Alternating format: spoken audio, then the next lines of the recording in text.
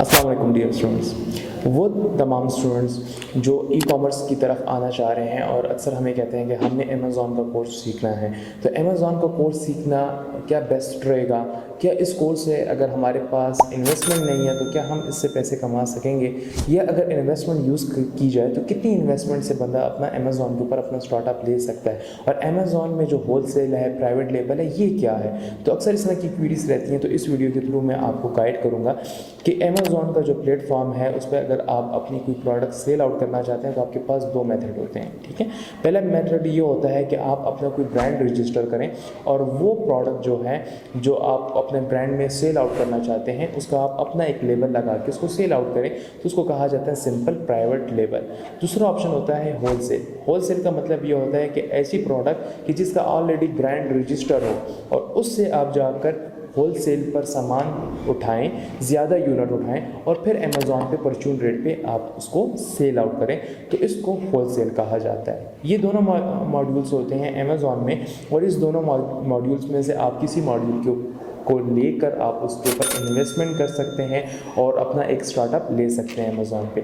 अब इसमें स्टार्टअप की अगर मैं बात करूँ कि तो कितना इनिशियल इस पर इन्वेस्टमेंट लगती है कि उसको आप यूज़ करके अपनी एक प्रोडक्ट आप लॉन्च कर सकते हैं। तो अगर आप प्राइवेट लेबल की तरफ आते हैं तो वो ज़्यादा कॉस्टली होता है, उसके लिए कम से कम देखा गया है कि 10,000 12,000 आपको डॉलर्स चाहिए होते हैं। अगर आप होलसेल की तरफ आते हैं तो 4,000 5,000 डॉलर आपको चाहिए होते हैं, क्योंकि अमेज़ॉन एक बड़ा प्लेटफॉर्म है।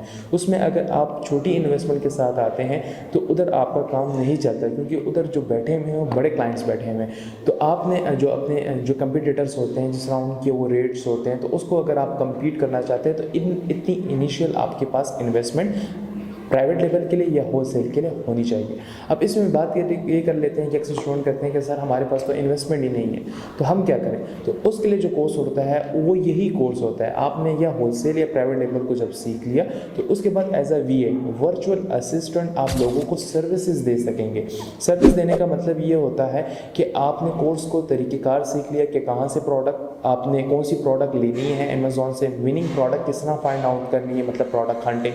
फिर साथ में आपने प्रोडक्ट रिसोर्सिंग का तरीक़ेकार सीख लिया कि जो प्रोडक्ट आपने फाइंड आउट की है अब वो प्रोडक्ट आपने कहाँ से मंगवानी है, कौन सी ऐसी जगह है जहाँ से प्रोडक्ट सस्ते रेट पे मिलती है, तो प्रोडक्ट लिस्ट करने का तरीक़ेकार, इसमें PPC कैंपेन्स लगाने का तरीक़ेकार, मतलब वो तमाम चीज़ें आपने सीख ली कि जो एक दुकान को चलाने के लिए काफ़ी होती है। मगर आपके पास अब इन्वेस्टमेंट नहीं है कि आप वो सामान मंगवा के अमेज़ॉन के ऊपर लिस्ट कर सकें और अपना कारोबार शुरू कर सकें। तो आपने ऐसा फिर बंदा देखना होता है, ऐसा कारोबारी बंदा दिखना होता है कि जिसके पास इन्वेस्टमेंट होती है, तो वो चाह रहा होता है कि यार मेरे 4,000 5,000 डॉलर आप मुझसे ले लो और मेरे लिए एक ऐसा कारोबार शुरू कर लो जो मेरे लिए इनकम का एक ज़रिया, एक रिसोर्स बन सके।